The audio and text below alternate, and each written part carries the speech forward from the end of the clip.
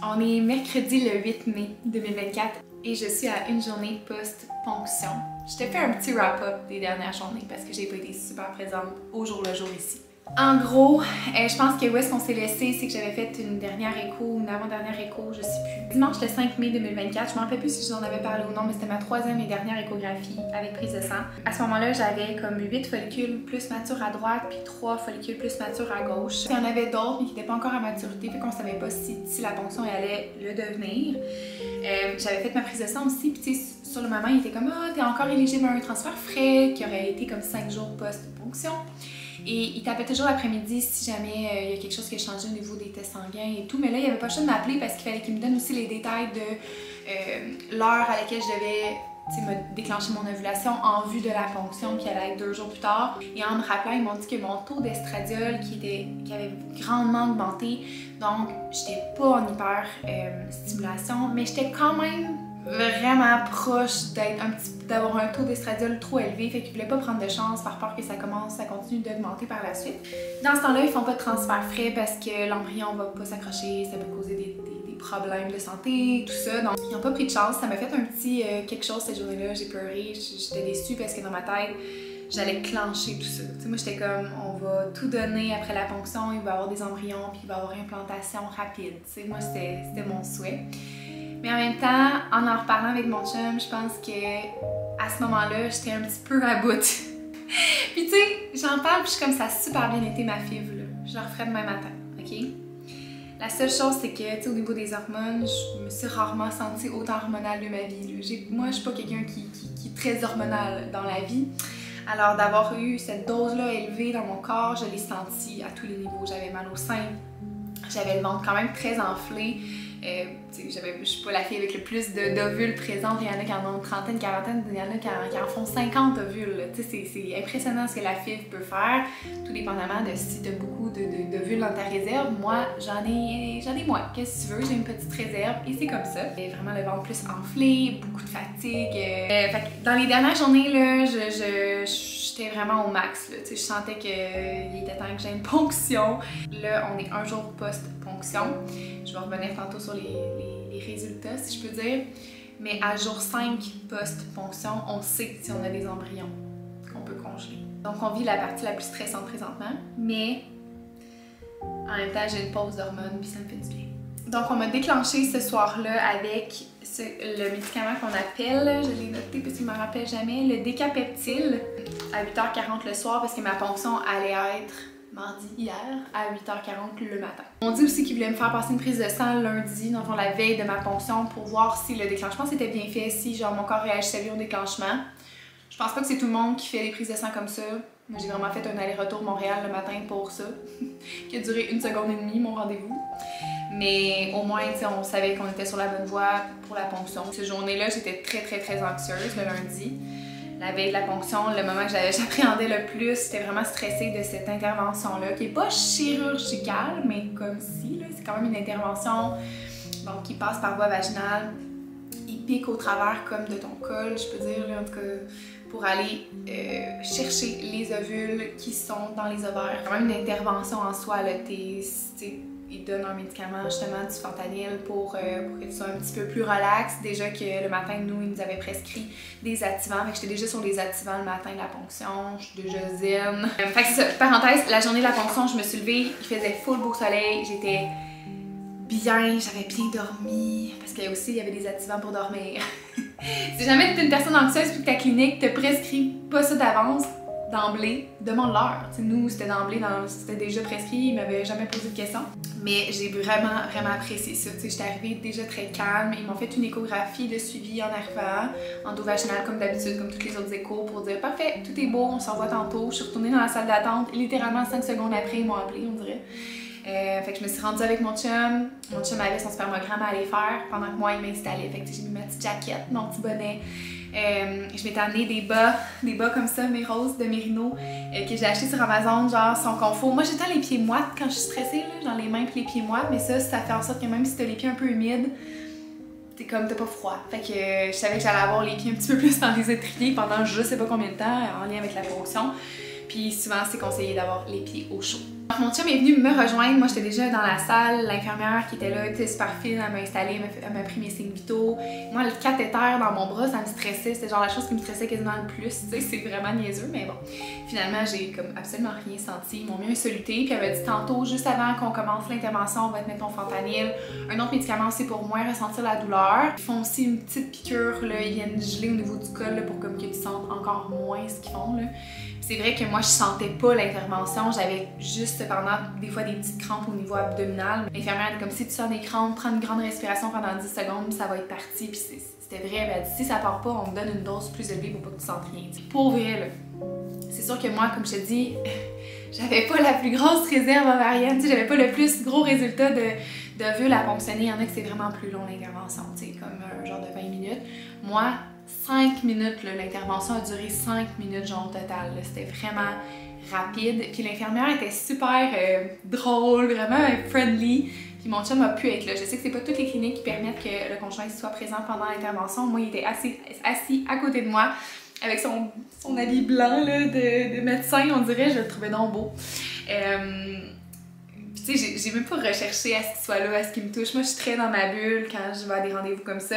Puis l'infirmière, c'est ça, des fois le friendly, comme un peu plus dans mon vibe, fait que j'ai vraiment apprécié. Puis elle me dit « Oh, regarde, puis là, tourne l'écran de l'échographie, parce qu'il fait une échographie pendant, tu sais, pour aller voir ce qui fonctionne. » Là, le médecin dit non, elle aime pas vraiment ça, tu sais, regarder, parce qu'il m'avait fait une coupe d'écho ce cycle-ci, puis il savait que j'aimais pas ça. Elle dit « Mais non, mais faut que tu vois, là. » Tu sais, j'étais toute là.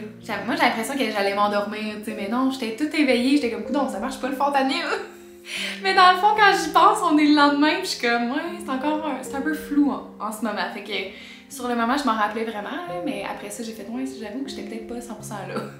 Parce que j'ai pas fait le lien pendant que ce que je voyais, c'était à l'intérieur de moi. Souvent, c'est ça qui vient me faire créer un malaise, là. Je suis comme, je suis pas bien.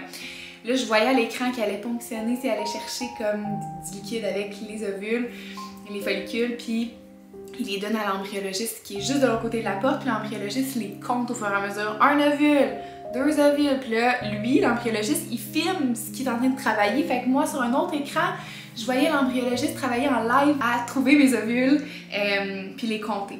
Fait que j'avais la tête un peu partout, puis je checkais ça, puis j'étais fascinée, je parlais pas. Tu sais, j'ai eu des crampes par moment, je me fermais les yeux un petit peu, me réouvrais, c'était tout.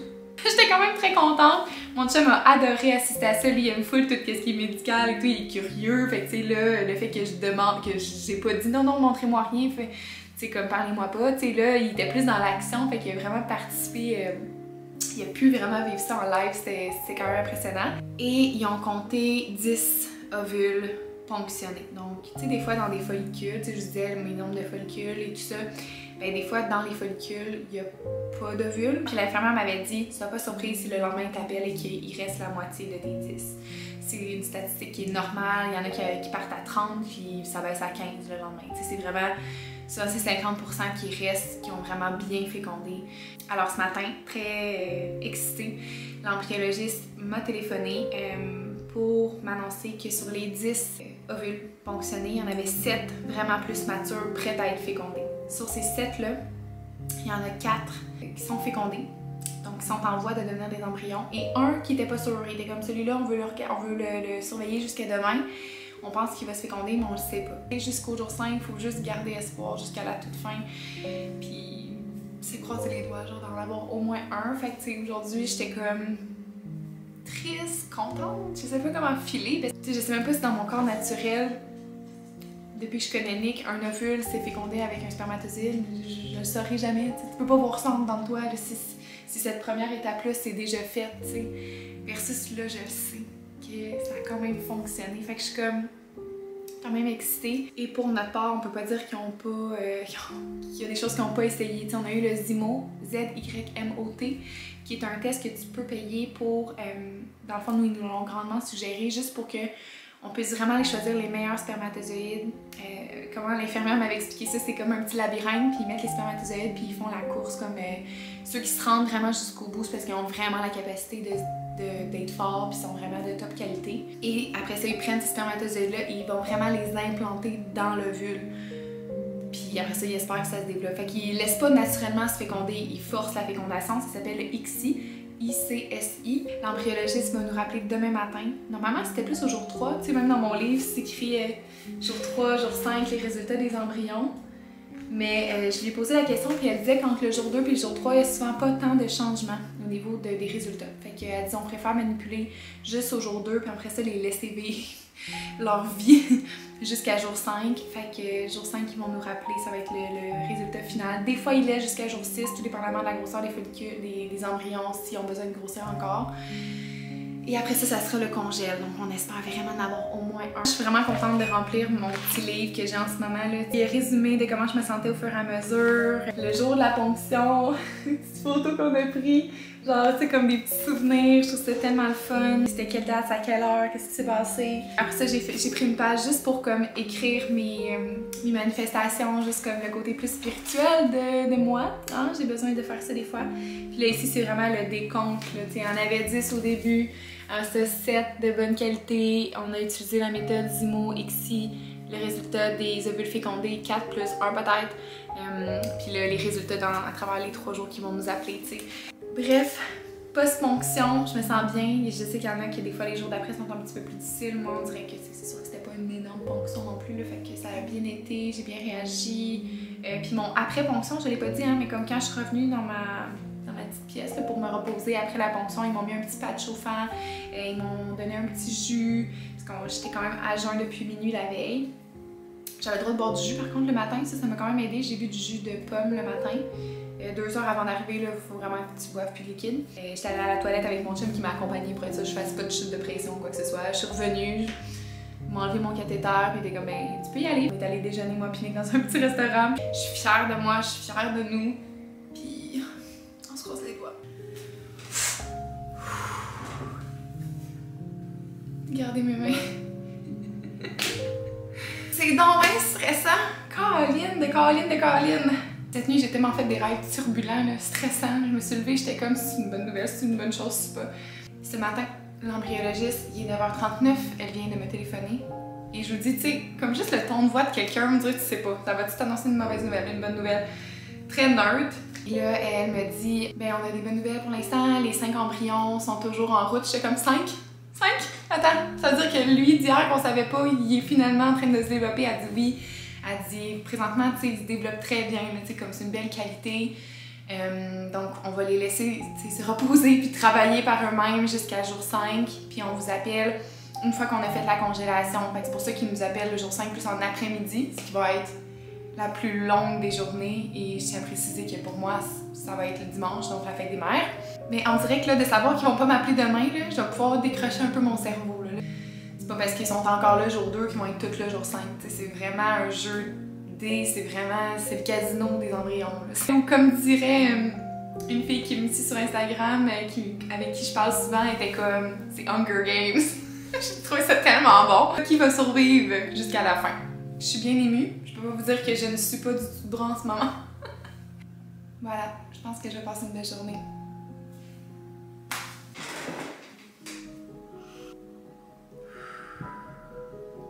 « 12 mai 2024. Je pense que je vais toujours me rappeler de cette date-là. J'ai changé de place parce que c'était un peu bruyant dans mon bureau.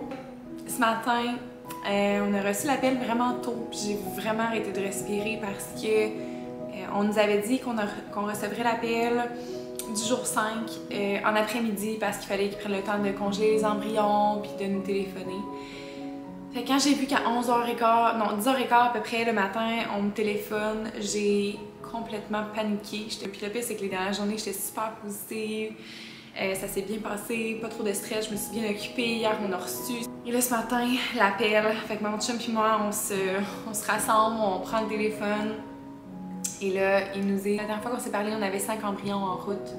Et là, il y en a 3 qui se sont développés à maturité, qui sont devenus des blastocytes et qui vont congeler.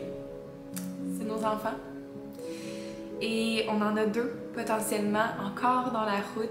Ce qu'ils nous ont dit, c'est qu'ils étaient encore petits, ces 2-là, mais qu'ils ont encore une possibilité de survivre, je peux dire. Donc, ils vont les laisser maturer jusqu'à jour 6 demain, puis nous rappeler demain matin, savoir s'ils se joignent à nos 3 autres cocos ou pas. J'ai eu l'impression que c'était un soulagement, pas juste de ma fibre en général, mais genre de toute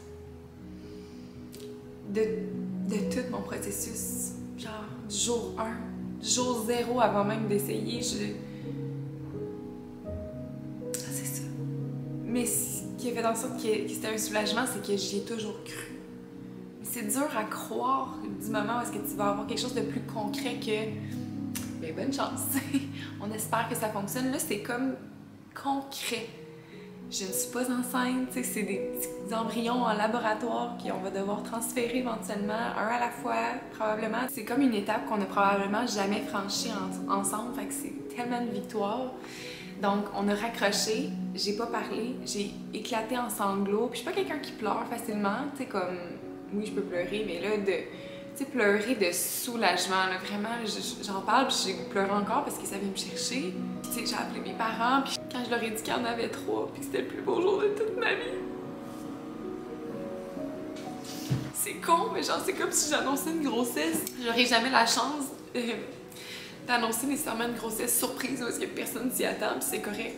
Puis en même temps, peut-être, avec le transfert congé, on va peut-être pouvoir jouer avec le fait de pas nommer les dates, puis tu sais, de l'annoncer comme spontanément à notre famille, mais tu sais, ce sera pas une surprise dans le sens où ils savent qu'on est là-dedans, puis c'est parfait, ça m'a tellement fait du bien que nos familles sont au courant, puis nous encouragent, puis nous supportent, puis nous comprennent là-dedans. On est vraiment chanceux, mais j'ai vraiment dit, c'est vraiment le plus beau jour de ma vie, comme, c'est vraiment le plus beau cadeau, puis je sais, c'est rien de fait encore, mais c'est une réelle chance, vous comprenez? C'est 3 réelles chances, puis ils pourraient en avoir 4 puis 5, on sait pas demain. Ce matin, en me réveillant super tôt, parce que mes règles sont arrivées, c'est pour ça que je pleure aussi autant. On nous avait dit que ça se pourrait qu'à peu près 5 jours après la ponction, nos règles puissent revenir, puis ils peuvent arriver plus tôt que prévu, puis effectivement, ils sont arrivés plus tôt que prévu, dans la nuit, mais pas si douloureuse, fait que comme ça se passe bien. Ce matin, je me suis levée super tôt en raison de ça, puis ma soeur et mon frère étaient encore ici. Fait qu'on a écouté un film de Disney dans le sous-sol, puis on a écouté le Bon Dinosaure sur Disney+. Puis au début, c'est 3 œufs, 3 cocos qui éclorent en fait pour faire naître les petits dinosaures, tu sais. Le papa et la maman, tu sais, ils accueillent les 3 petits cocos, puis je me suis vraiment dit à ce moment-là, ça va être 3. Genre, puis cette nuit, j'ai rêvé que je disais à Nick que je pensais qu'elle allait en avoir 3 ou 5. Puis là, c'est comme ça, on dirait, tu sais, c'est 3 concrets, possiblement 5. Mais honnêtement, je suis déjà gagnante. Comme moi, dans ma tête, j'en demandais juste 1. Fait que... Puis je me dis, sur les 10 qui sont allés fonctionner, en ce moment, il y en a 3 potentiels 5. C'est comme, c'est énorme la statistique. Quand tu y penses, c'est quasiment la moitié. Ça démontre que c'est pas nécessairement la quantité de vulves que tu vas fonctionner qui résulte nécessairement à un plus gros nombre ou à des embryons, absolument. Des fois, quand tu as un plus petit nombre, c'est plus inquiétant, c'est plus stressant, mais des fois, si tu as une belle qualité, ça peut être bon. Oh my god, je peux respirer enfin. T'sais, comme là, c'est comme 2... C'est environ 2 cycles menstruels complets, des fois 3, mais idéalement, en majorité, comme 2 cycles menstruels complets avant de recommencer, de commencer à faire un transfert, en fait. Donc, on a un rendez-vous fin mai pour voir qu'est-ce qu'on va faire comme protocole et tout. Donc, c'est ça. Mes 3 petits cocos, comme dans le film, sont en sécurité dans le congélateur. Je leur ai dit ce matin, j'ai dit, mettez votre sucre puis vos bonnes mérinos. Maman s'en vient. Je me trouvais drôle. C'est une drôle de journée, une drôle de fête des mères, mais en même temps une belle fête des mères. Je suis complètement dans la reconnaissance, mais complètement fière. Pourquoi je pleure à toutes les fois? Je suis complètement fière de nous parce que ben, c'est là que tu réalises comme des sacrifices que d'autres personnes n'auront pas besoin de faire. Puis l'espèce de vouloir, détermination puis courage pour arriver à nos buts, puis c'est pas encore final, on s'entend là. Dans ma tête, j'ai fait la plus grosse moitié, puis c'est la partie que je redoutais le plus en fait. Est-ce que moi je vais être capable de créer des embryons, genre avec mon mari? Tu sais, c'est comme, ça va-tu fonctionner? Oui, ça a fonctionné. Je sais qu'il y en a que ça leur prend plus qu'une fibre, plus qu'un protocole. Des fois, il faut qu'ils recommencent parce que la première fois, ça n'a pas fonctionné et tout. Puis j'étais pas repensée avec ces gens-là parce que je me préparais déjà mentalement à si ça n'a pas fonctionné, on n'a pas réussi à avoir d'embryon. Est-ce que je suis prête à recommencer maintenant? Est-ce que je prends une pause? Est-ce que... Mais je me suis vraiment dit oui, je le referai demain matin. Pendant que tu es là-dedans, ça semble interminable. Les journées sont longues. Tu te sens pas toi-même, tu sais, peu importe. Là. Je parlais avec des filles qui l'ont vécu vraiment en même temps que moi ou qui le vivent en ce moment, puis je suis comme, voyons, ça passe vite, c'est incroyable. Fait que je sens que les semaines qui vont me séparer de mon transfert vont passer vite aussi, puis je vais pouvoir enfin reprendre soin de moi plus. C'est émouvant. C'est émouvant. Fait que je me donne le droit de vivre mes émotions, hein, ça c'est important. Je souhaite à toutes les personnes qui passent par là, qui commencent un processus de fertilité, de juste jamais perdre espoir. Même s'il y a une étape qui n'a pas fonctionné pour toi, il y en aura toujours des étapes, il y aura toujours des solutions. Du moins, il y en a vraiment beaucoup. Puis non seulement là, j'ai réussi à faire des embryons, pour moi c'est genre une victoire du monde entier. Mais la journée que je vais être enceinte, j'espère tellement juste être un modèle de persévérance, de courage, puis de ça fonctionne.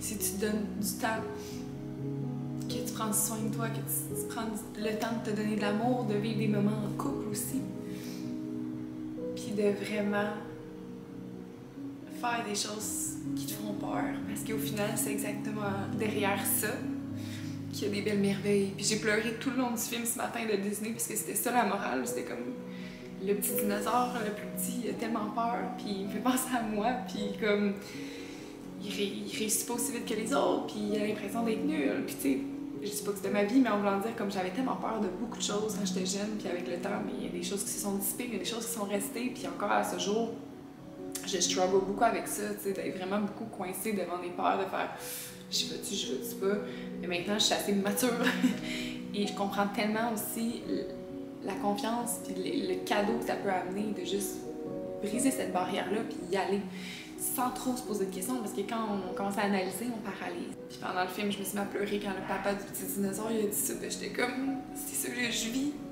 genre je vis tellement des choses difficiles, surhumaines, j'ai envie de dire, c'est comme what the hell, qu'est-ce que je suis en train de vivre là, genre c'est incroyable.